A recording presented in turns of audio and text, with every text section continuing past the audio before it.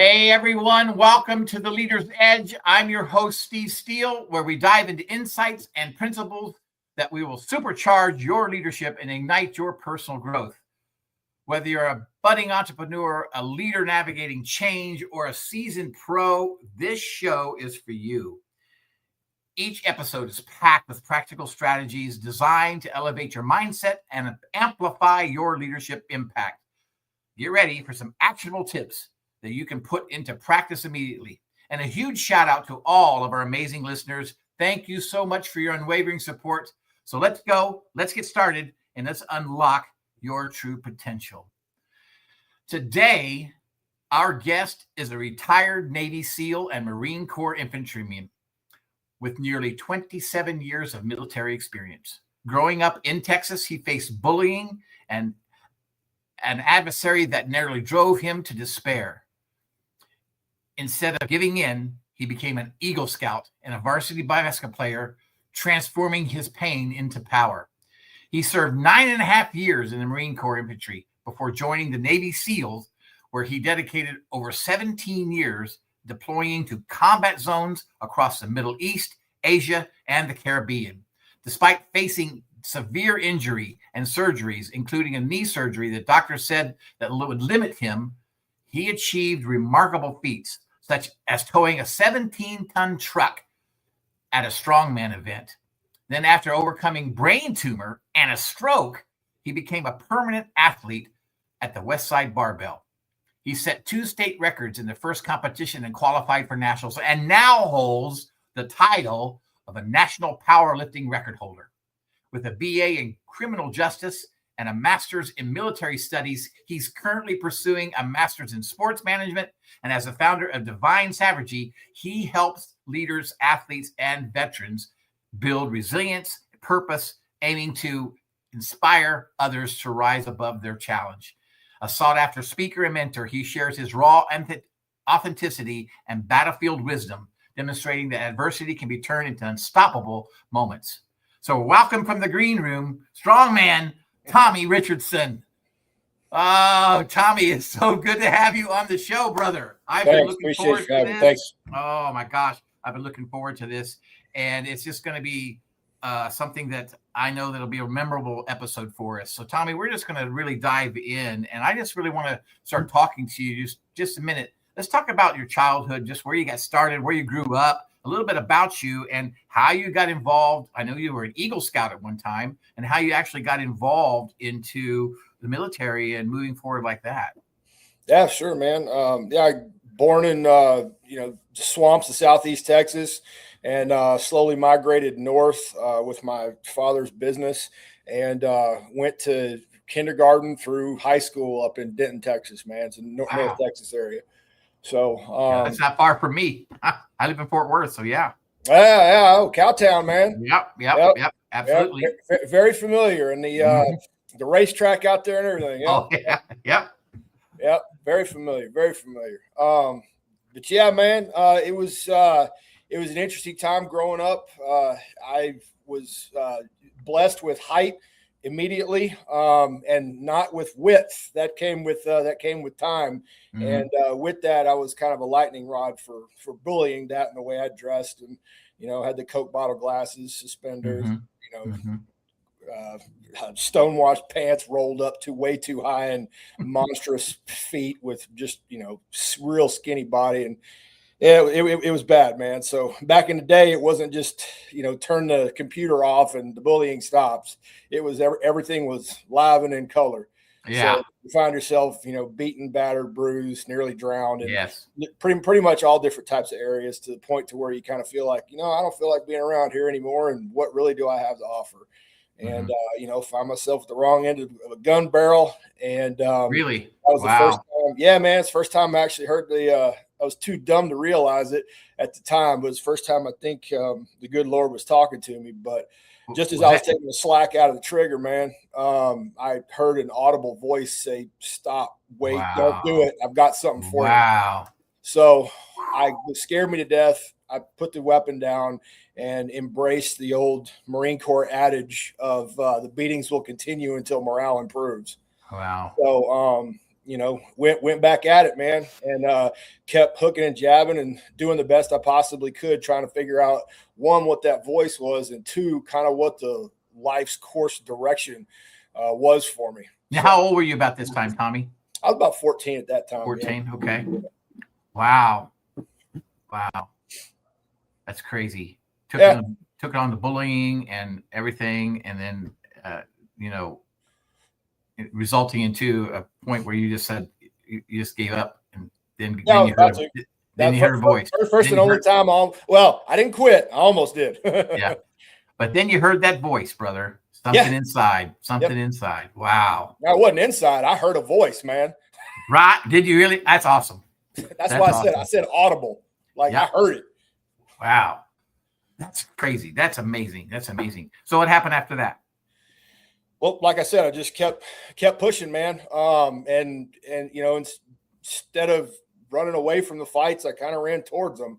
Took a lot more beatings, but started martial arts, got a little bit of confidence. And then junior, senior year, high school, kind of really started fighting back, and started, putting a couple in the W column. And really? People started to leave me alone. So wow. It started to work. And then, it just with the family being in military and whatnot, that kind of seemed like the right way to go. So that's the direction I headed if I figured I was going to get some sort of respect. So your dad was military, or your mom? Neither. I had one of my grandfathers was a merchant marine, World War II era, and my other grandfather was a orthodontist in the Army. Is that right? Stateside, yeah, during World War II, and then I had two uncles that were Marines. Yeah, so I came from a military family too. I had my dad was in the Air Force. I had an uncle that was killed in the Korean War, and I had a great great grandfather that was in the Civil War. Sure. So it's like, so I come from a long military standard and background as well. So I understand that calling, because I've always felt a very strong patriotic heart, inside me. So I understand that. So got out of high school.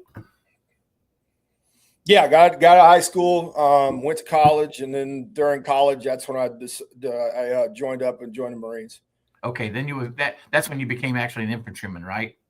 Yeah, that's when I was moving that direction. Yeah. Now, did you have a reason why the Marines and not another branch?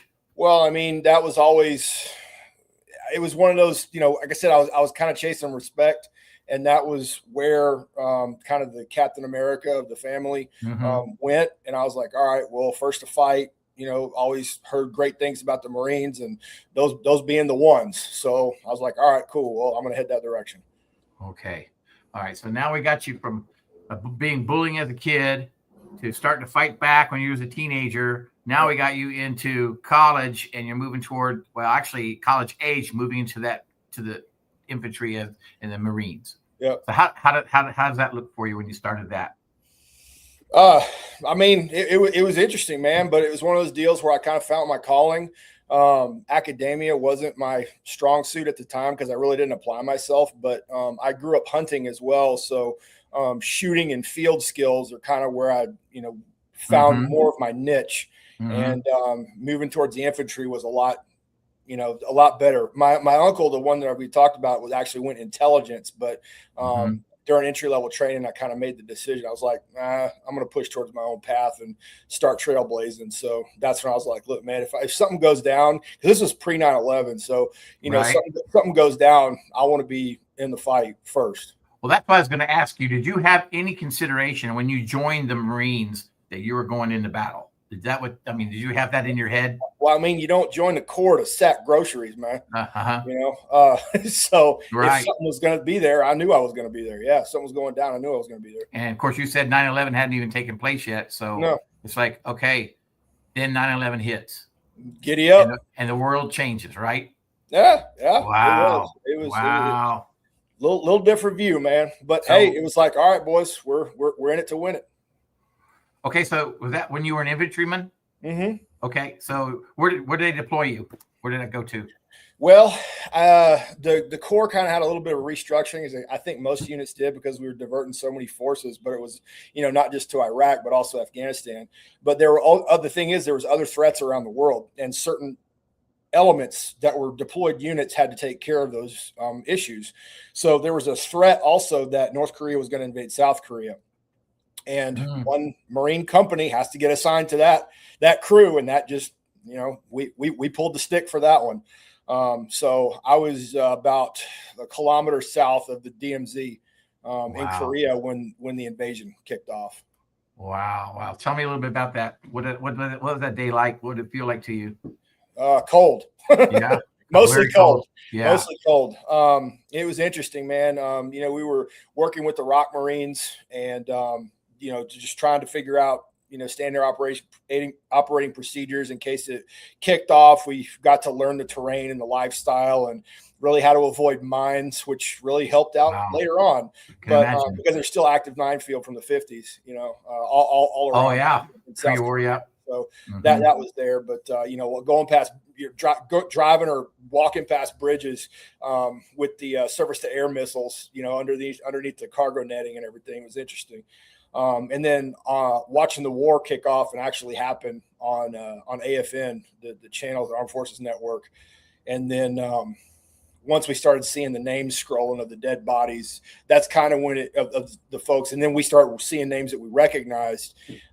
It was an interesting feeling. It was just one of those things where it's like, look, this is cool and all, but like we need to get over there and, do our part. Yeah.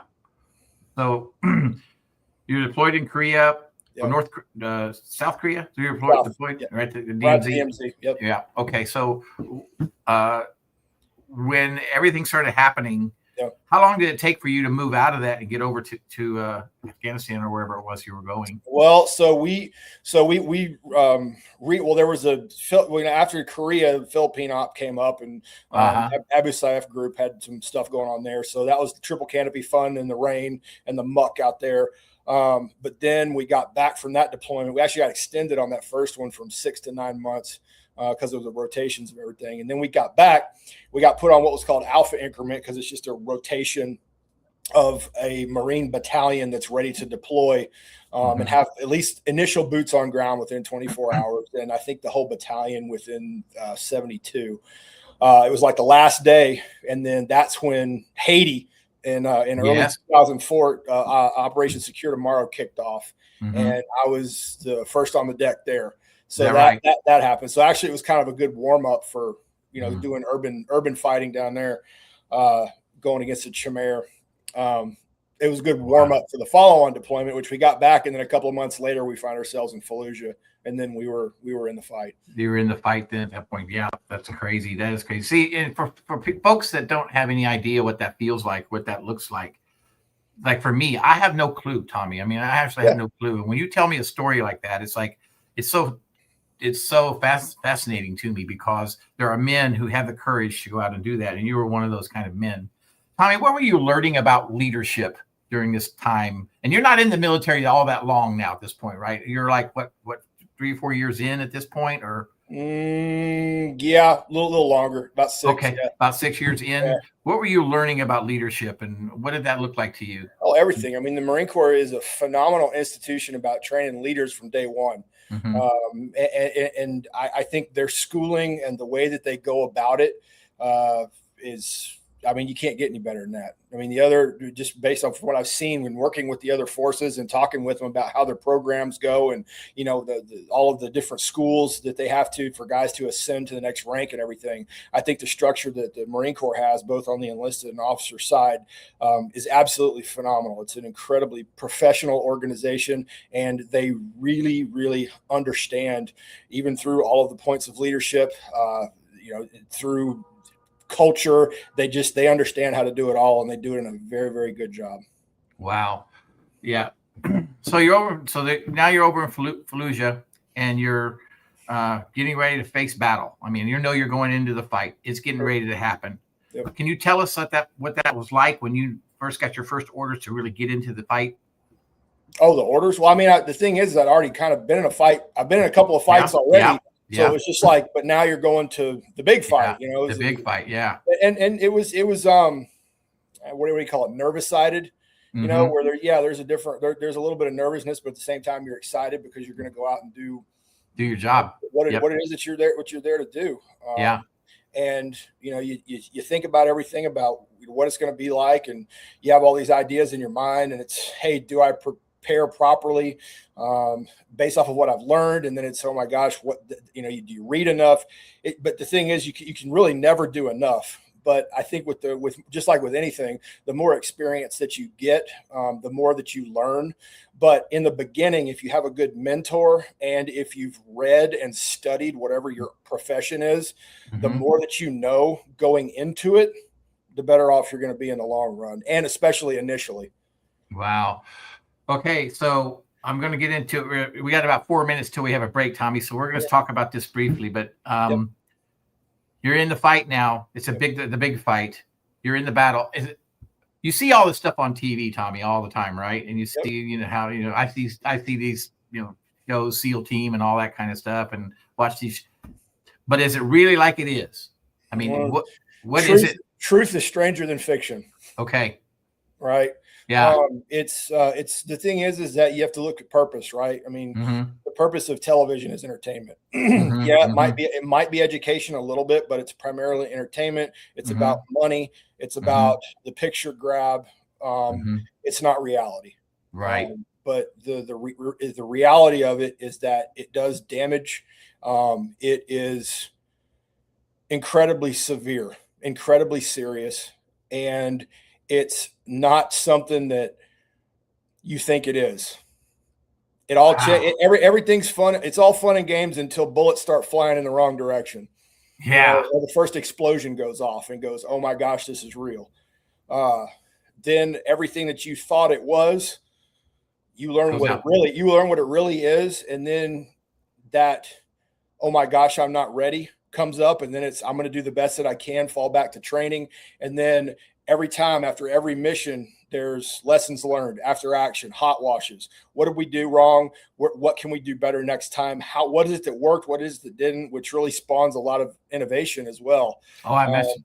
I mean, at the time, we didn't even have up armored vehicles. They were all thin skinned vehicles. And the only thing that was armored was the plate glass. So we had to monster garage a whole bunch of different things. Like they didn't even have the turrets, right? So we were some of the initial units to actually weld stuff onto the vehicle to where it looked like Mad Max. But through all of the innovations that we came up with, that then led towards the next generation of equipment that was to come out to help the other guys. Absolutely. Tommy, I imagine when you're in that kind of fight and the bullets are flying and the bombs are going off and things are happening next to you, your mind just goes into a different place, into a different world. And for people who've never been there, have a hard time understanding what that feels like and what that looks like. We're going to get back into this in a minute because, Tommy, I know you were injured, and we're going to talk a little bit about some of your injuries, and then we're going to move forward from that as we go into the next segment. So I want to make sure that we have time to talk through that and kind of talk about what happened to you. And because I know there were several injuries, there were several different things, and I want to kind of get into that. But the biggest part about it is how you overcame it. And we're going to get into that as well, too. So we're going to take a quick break. We'll return back to the Leader's Edge. We'll be right back.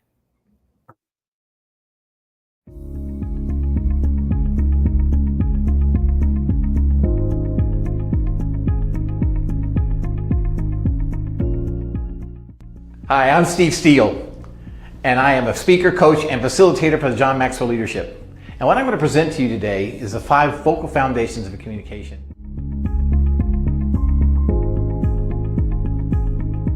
So let's talk about the paralanguage foundation gap that exists.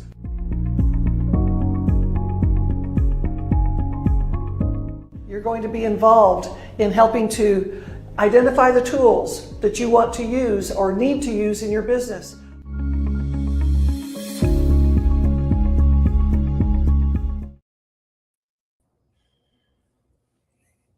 Hey everyone, welcome back to Leader's Edge. I'm Steve Steele, your host, with our special guest today, Tommy Richardson.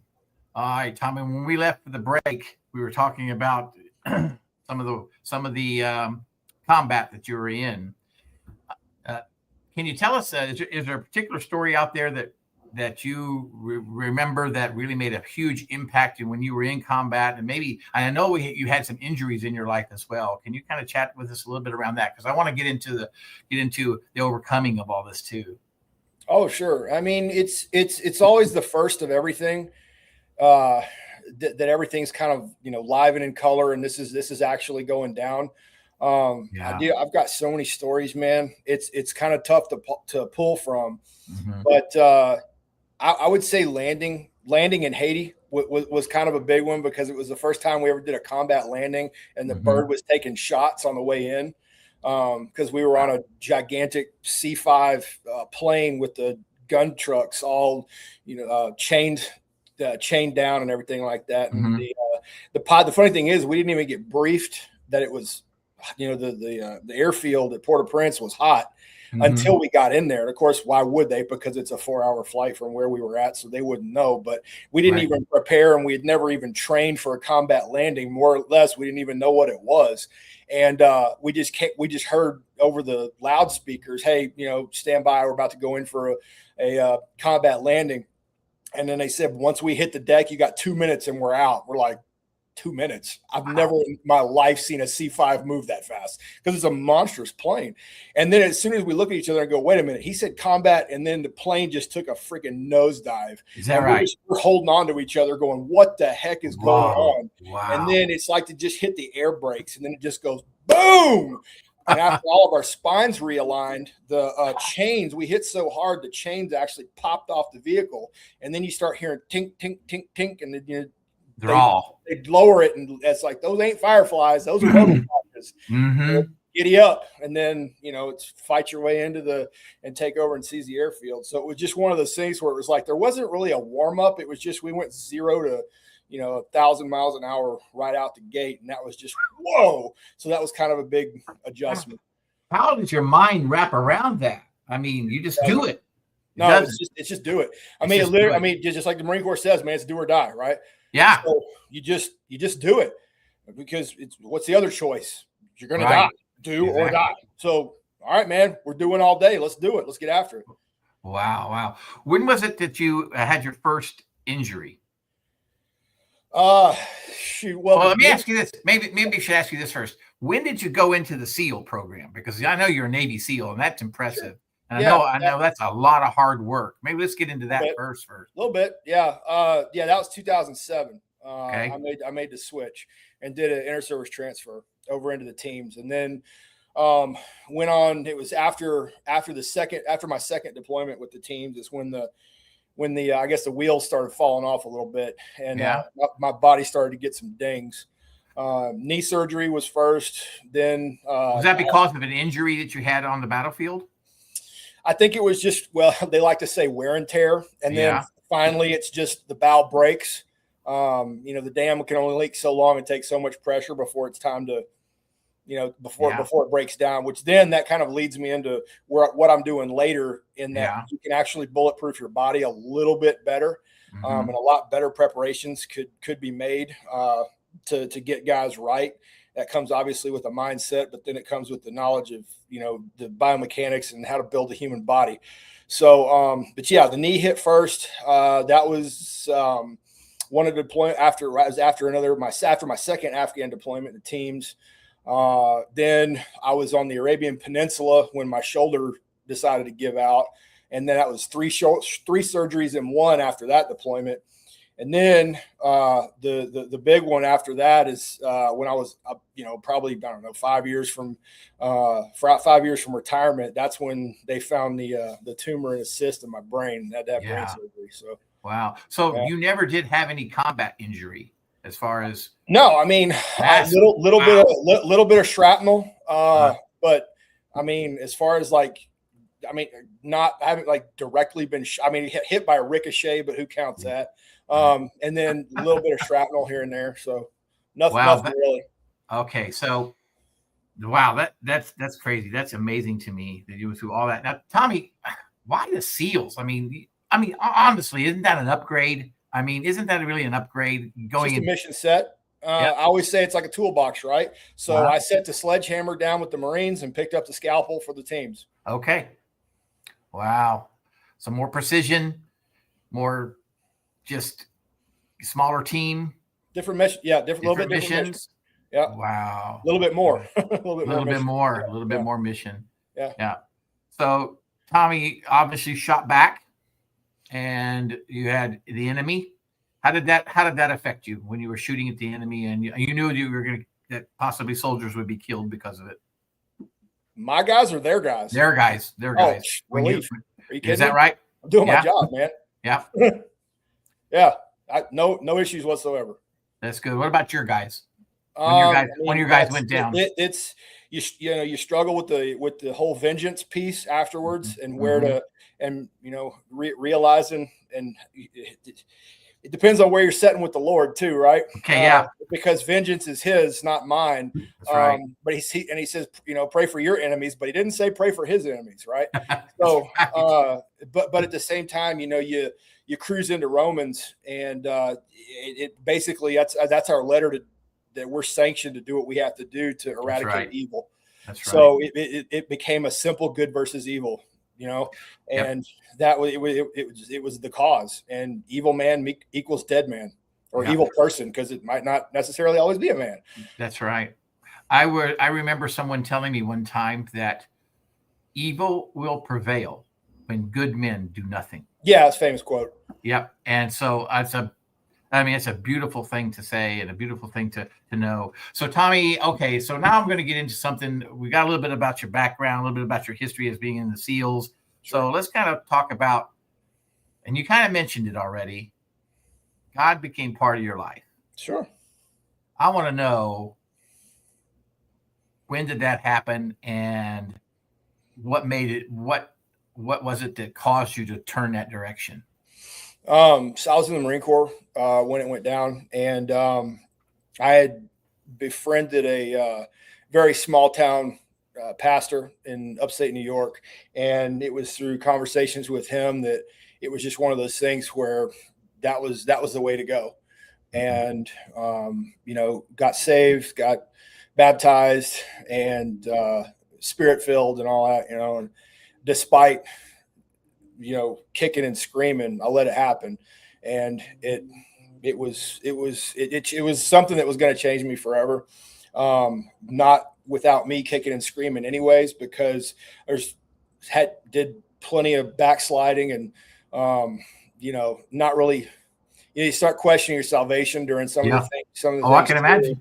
It's just an interesting ebb and flow, but come to find out that where a lot of people like to blame him, it's not him, the problem's you. Right? Yeah. And I didn't have the mirror up in front of me enough, and succumbing to the temptations of the world, and not being strong enough in my faith. But it was a progressive thing to get to the point to where you finally, there's one thing saying it, there's another thing doing it, and then there's another thing feeling it. So having it, once you actually surrender, which is odd for a person, usually on the world scale, world level, it's odd being the person doing what I've done, saying the word surrender. But that I think leads to just the power of it, and how phenomenal that Jesus is and what He did for us. Because I wouldn't be alive if it wasn't for Him. Despite me eating crayons and being the chief of sinners that I was, and probably, was chief sinner, who knows what's going to happen in the future. It's just a matter of, the closer I grow to Him and go to Him, the less I want to do any of that stuff. And the temptation goes away. It's when you start going from Him. I mean, that's what is sin. It's a departure from Him. Right. And that's the thing is it creates a distance, and it opens up doors that can destroy everything that's closest to you. But when I invited Him in, what that brought was armor and weapon system that I could fight on every plane whatsoever, from bringing the spiritual fight into the physical fight, and having seen and gone through things that, only come from Him through prayer with immediate physical him showing himself and revealing himself and going, Mhm. all right, hey, God, I need you here. Boom, he shows up and something crazy happens. Everybody's like, what the heck happened? And I'm like, I know what happened. Yep. That type of thing. So it's just one thing after the other, and it's just a collection of stories like that it's just absolutely unreal. And I was always going to be one of those vets that was like, I'm just going to talk about the boys around the fire eating, cutting meat with a knife, and then we'll talk about our problems. But I got during a prayer session later on in life he goes, look, man, I didn't put you through all that stuff for you. I put it through you for everybody else. Yeah. So go show them how good I am, despite how bad you are. But you're not, because everything that I did on the cross for you absolves it. And I know you. He remembers my name, but not the sin. That's right. And it's all about staying in that alignment with him. And that is so true. I absolutely love that. Tommy, I know that you talked a little bit about your injuries. Sure. I want to get out of the battlefield thing right now, but I want to move toward you had the injuries, you had to overcome those injuries. Yeah. What were you thinking in your head? And you were carrying Jesus with you the whole time, I'm sure, when you were in those battles and in that conflict. Yeah. But I bet you I know anything, when you're laying in that bed and you're injured and you don't know what's going to happen next, God has to come to you really, really in a really different place. Tell us a little bit about overcoming those injuries and moving, because I want to get into some other cool things here in a minute. Yeah. Well, I mean, the big one is when I broke my pelvis before going into Hell Week at Buds. Okay. And went through Hell Week with the broken pelvis. So that was a 5.5 day prayer session right there. And that was the most pain I've ever gone through in my life. You were your pelvis was broken and you're doing Buds at that time? 5 days of it? I broke, it was the Thursday before Hell Week started. I broke my pubic rami bone in half. Did you know that? The little loop underneath the pelvis, the two loops, we were legs connect in. So one of the loops was cracked in half. Because we have to go get medically screened before they allow us to go into Hell Week. Okay. And the doc was there. And he an interesting story by in and of itself, right? So it was a devil doc that was the chief medical officer that has to approve all of us. And they had known, because Thursday I went up to the instructors and said something's wrong. And then they're like, whatever. And I was like, all right, cool. So we had a 4-mile time run on the beach the next morning, and it was the only run I'd ever failed, and I'm limping. And of course, after you're done, you fail a run, they give you a little extra attention. Oh yeah. So after that nice little beat down, they're like, hey, what's wrong with you? And I was like, I don't know. It feels like somebody took a jackhammer to my crotch, man. I don't know what's going on. And they're like, go to medical. And then that's when I had the x-ray. So, and that was, Friday afternoon, and that was med checks, and Sunday we were going into Hell Week. So it was like, all right, do you chance taking a medical role or chance getting kicked out? I didn't know what was happening. I sure as heck wasn't going to quit. So the doc, who's a devil doc, right? So you call them devil docs because the medics that are in the Marine Corps are actually in the Navy. Same thing with the chaplains. But they had this pin, a Fleet Marine Force pin, where they have the Eagle, Globe, and Anchor on it. So I looked at I'm like, hey, devil doc, huh? He goes, yeah. And then, we shared a little bit, and turned out he was 2nd Marine Division at Lejeune. The battalion I was with was same place. So that's pretty cool. And then I looked, and he had a paperweight. And the paperweight was Chesty, the mascot of the Marine Corps, which is a bulldog with the drill instructor cover with the Eagle, Globe, and Anchor. And he had that on his desk. Anyway, we're going through my issue and what was wrong. And I was like, all right, doc, we'll take this from a military planning perspective. Most dangerous course of action and most likely course of action. I said, so what's the most dangerous course of action? He goes, you're going to be running with a boat on your head. You're going to be doing log PT. You're going to be doing all this stuff. You're going to be doing surf passage in the rocks at night with no sleep. He goes, if you land on that thing wrong, it could splinter, and then the bone almost acts like a razor blade and could sever the arterial bundle that's in there, and you could bleed out internally and die. I went, okay. I said, well, what's the most likely course of action? And this kind of took me back to Rocky IV. And he goes, you're going to go through a heck of a lot of pain, but you'll make it. Now, I said, okay. So I asked him, hey, what would you recommend? He didn't say one word. He just took that, because he knew I was in the Marines, right?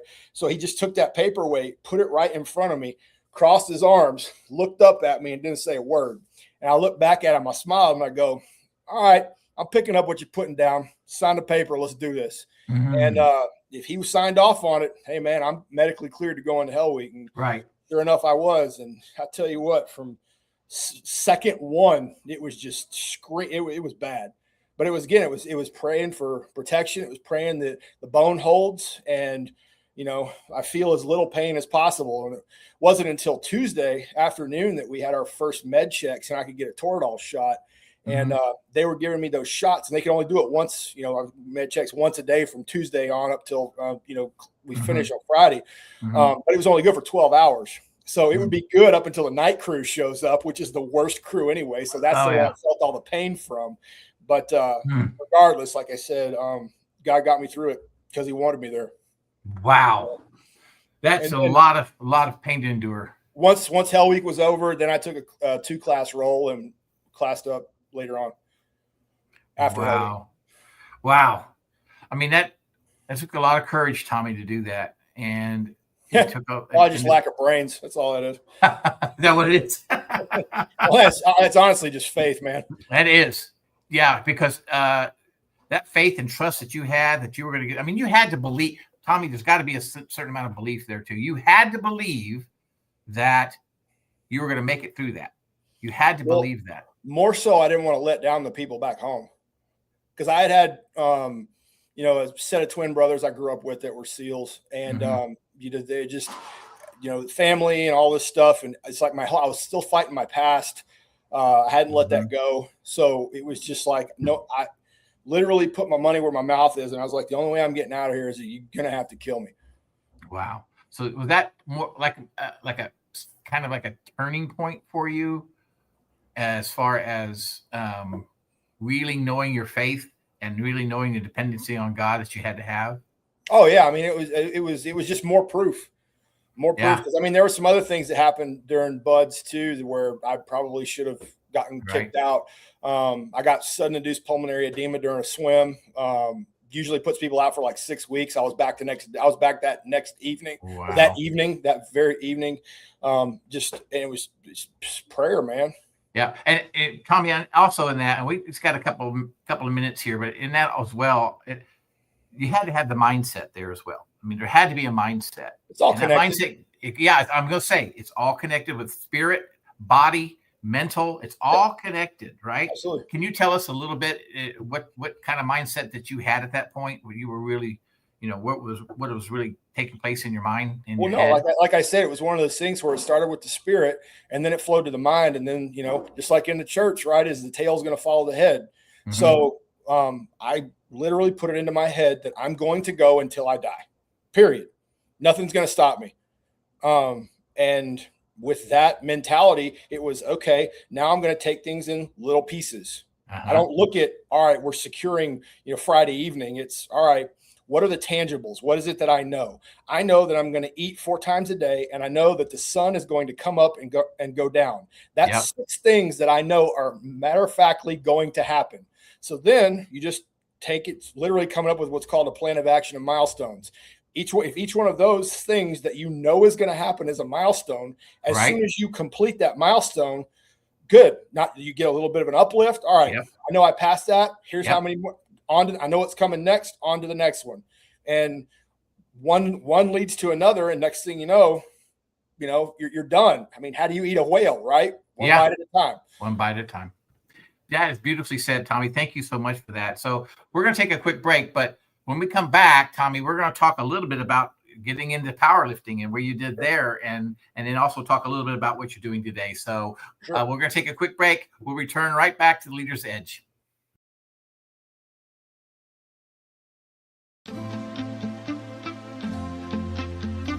Are you ready to elevate your organization with a team of transformational leaders? Do you want to attract and nurture top talent while enhancing communication and productivity across generations? Hi, I'm Steve Steele, co-host of The Leader's Edge, and your coach with the Maxwell Leadership Team. My program equips leaders with essential skills and resources to lead, coach, and communicate effectively, ensuring everyone thrives. With tailored insights and proven strategies, I'm here to help your entire organization succeed. So reach out today at growthinleadership@gmail.com or visit johncmaxwellgroup.com/Steve Steele.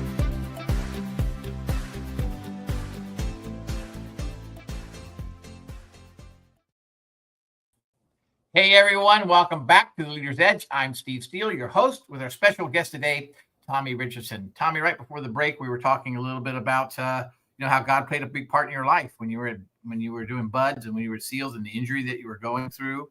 But Tommy, there were some other injuries. I know that you had an injury, you said earlier, a knee surgery done. Yep. And the doctor said after that knee surgery, what? Well, he told me that I would never lift anything heavy or do anything heavy on my knee again, and I probably should consider getting out of the teams and of being an operator. Wow. And you said, no way. Challenge accepted. Okay. I'll show you. So tell me what you did a year later, brother. Tell us. Well, so first thing I did is I listened. The person that was in charge of the rehab and the bridge program that got us back online there was absolutely phenomenal. And there was another team guy that had a very similar injury that I had. I listened. He didn't. He ended up actually medically separating from the teams. I kept going. I kept telling the guy, I was like, and even the guy, the trainer was going, look, this guy's listening to us and he's getting better. Yeah, because the thing is that a lot of guys, they think, hey, I've got to get back to the team. I'm letting them down. Well, the thing is, if you go back to the team injured, you're still letting them down because now you're a liability. If you get hurt, you take a knee, you get right, and then you come back stronger. So I took that mentality, and year later, next thing you know, I'm not only squatting heavier than I ever have before, but I'm actively trying to compete and doing some strongman stuff. And I was overseas and pulling a 17, almost 18 ton truck and on a spy line. And I sent the video to the doc, and I said, don't ever count me out. Wow. So Tommy, you're pretty strong. You got a pretty good sized body there, right? Okay. Yeah. So when did you start building that up while you were in the military, or did you focus on that after you got out of the military? How does that look? No, it was during the military. I mean, fitness is always big in the military, right? Right. Marine Corps has a different type of grunt shape. Is I'm skinny. I can do all the body weight stuff, and I can carry a whole bunch of weight. 100-pound ruck, hike 25 miles, and then go to a fire movement range, or hike into combat or whatever. That's grunt shape. The teams, because everything's kind of a quick in, quick out, you still got to be able to, tote the load, and, you might get inserted into 8,000-foot mountains, and then you've got to, hike a couple, 3, 4, 12 miles to get in, same thing. But fitness is looked at from a different perspective because you have smaller teams, but bigger funding, so you can afford human performance teams, right? So with that, therein lies, okay, this is what we're going to be about. Then it also depends on the attitude and culture of the team that you're in. When I checked into to SEAL Team 10, I was given a rifle and protein powder, and they go, this is what we're about. And I was going, all right, giddy up. So, I mean, we had a prison-style gym out in the boat barn, and guys were just, jacking steel and doing their jobs. So that kind of became part of the culture. And or that was the culture. So you're sucking down protein and pumping steel, and you're building yourself up, right? Starting to, yeah, but not smartly, right? Pride and ego are still very much there and in flux. But had there been an operating system in place for our bodies, just like there is for being out in the field and tactics, techniques, and procedures, the same thing goes for the body. Not just go all in, see what you can do, and then rush out, and all of a sudden you're going to be jacked and ready to roll. So a lot of lessons came with that as well. But I started to put on weight in the teams. Okay, so when you start putting on that weight, then you got your knee injured, then you started pulling a 17-ton truck, send a picture to a doctor, said, don't ever count me out. I mean, this is fascinating, Tom, because that's a lot of overcoming. I mean, it's a lot of overcoming. It takes a mindset to do that and a faith to do that, Tommy. Yeah.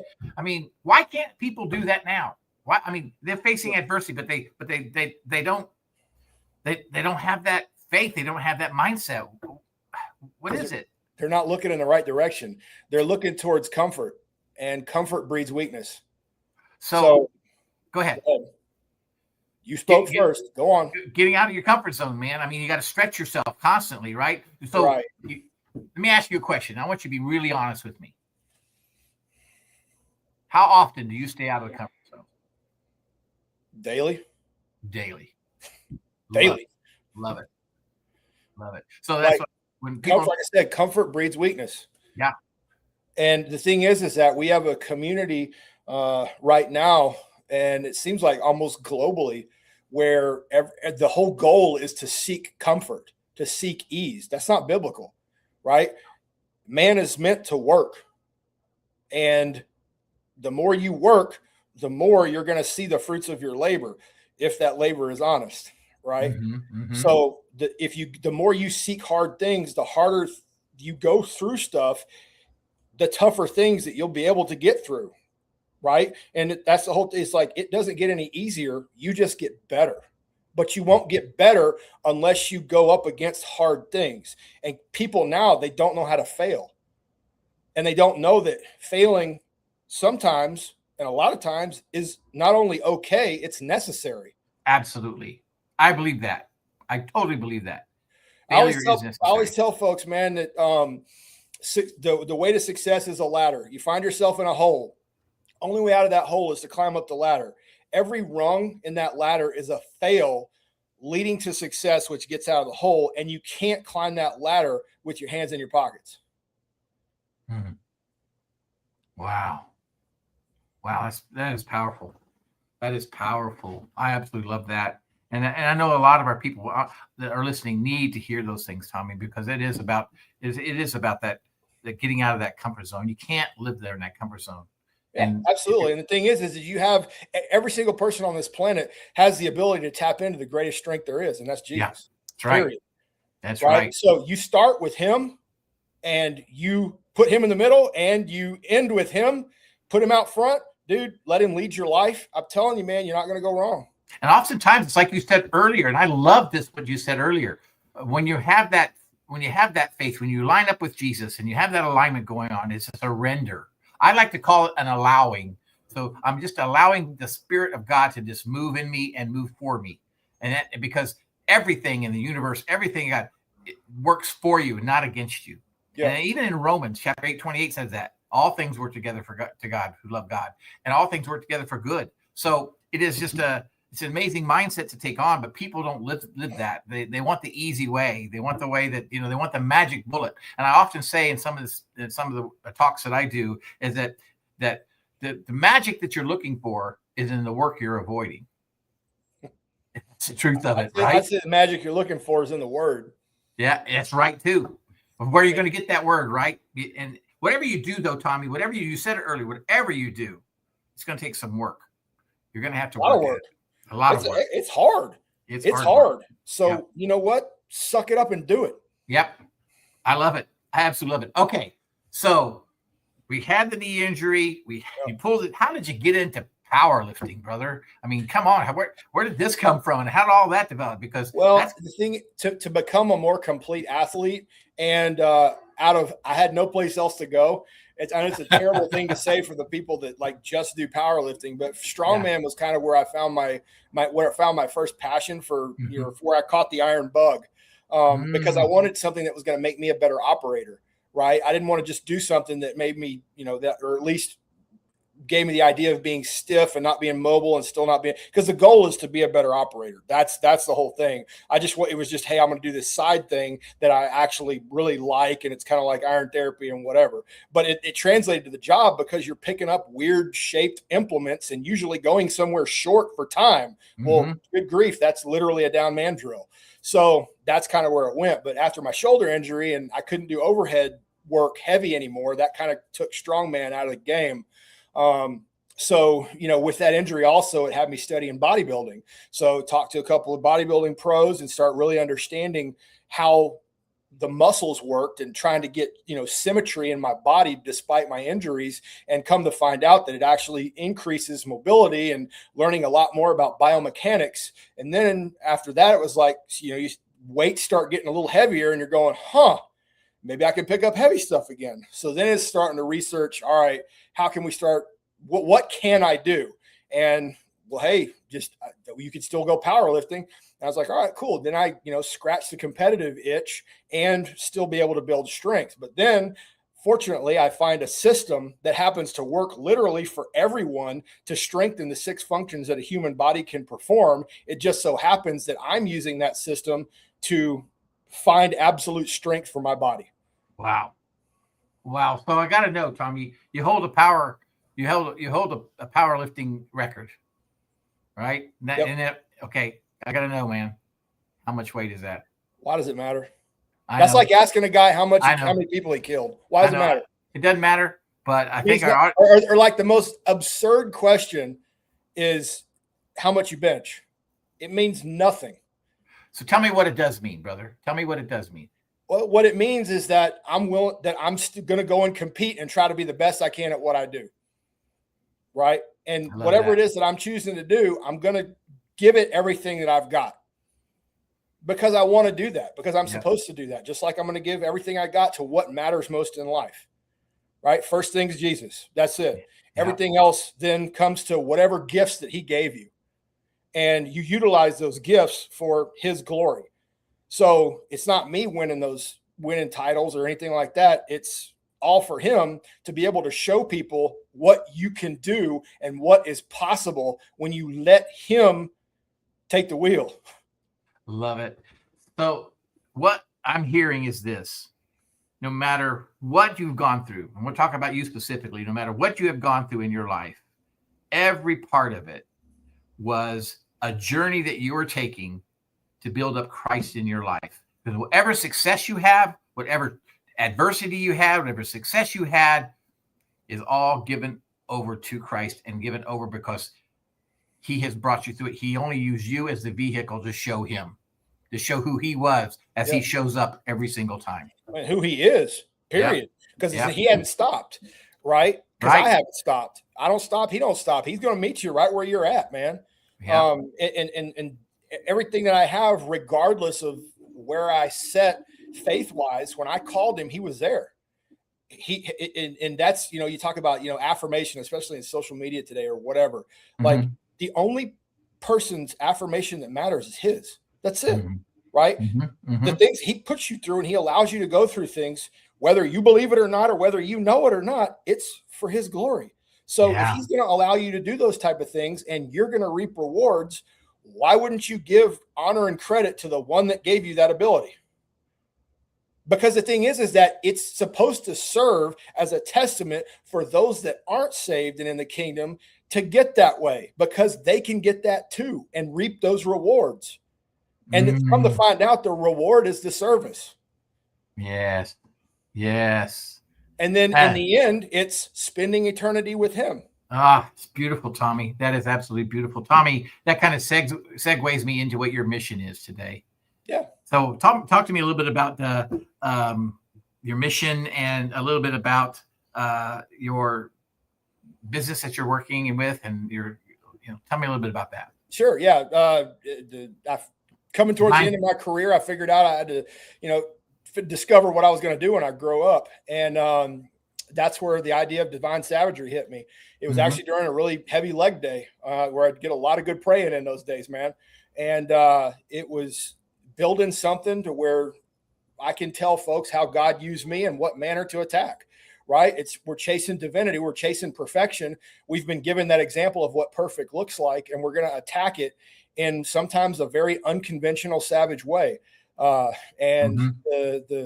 white D is for the purity of Christ, the white horse that's coming. And then the red S is for the blood that he shed for us, man. And then it's got the trident in there, obviously with the seal background, but the trident is 3-pronged: Father, Son, Holy Ghost. Gotcha, brother. So it all fits together, right? It does. And then it's in the military, we do things in 3. So it's motivational speaking piece, right? So motivational, mindset, heart set, soul set, everything like that, going and doing the public speaking bit. Then there's the team building and training. And then the other section is, I like to say wellness, the mind, body, spirit, but understanding strength training and bringing strength training and doing strength seminars. also within wellness is protection as well. Mhm. So little bit of that, little bit of handgun training and things like that. But it's mostly with the physical strength side of the house. But bringing all that to folks and using God and putting Him out front, and built the whole business for Him to get the word out there to as many people as I can. Tell them that strength definitely touches everyone on planet Earth, and it's definitely not a weakness. So go out and be strong in spirit, strong in mind, and strong in body. That's beautiful. Tommy, if people want to get a hold of you, brother, how do they get a hold of you? Yeah, you can email me, Tommy@divinesavagery.com. You can go to the website, www.divinesavagery.com. You can hit me up on Instagram at raise.your.horn. That's also biblical. Or you can go to the Divine Savagery. We got one on there for Instagram, or Tommy Richardson on Facebook, or Tommy Richardson on LinkedIn. Oh man, Tommy, thank you so much for today. This was just an amazing show. I couldn't wait to talk to you and what you've been through and how you've overcome the setbacks and adversity, and you did it with our Lord. And I absolutely love that. And brother, you're making a difference out there. And people, I know that people want to somehow get a hold of you and talk to you, but thank you so much for today. Thank you so much for today. Yeah. So real quick, on our next week's show, we're going to embark on a really extraordinary journey through the annals of American history with the remarkable Ken Hartley. In this gripping episode of The Leader's Edge, we're going to delve deep into the profound leadership lessons from one of our most iconic presidents who shaped this great nation. Just as a reminder, you can find The Leader's Edge on Apple Music, Spotify, YouTube, or whatever you listen to your favorite podcast app. If you found value in this conversation, please hit the subscribe button or follow to stay connected. So I want to say thank you to all of our listeners and friends, because without you, The Leader's Edge would not be possible. I am so grateful to have you here and so excited to connect with you next time. Bye, everyone.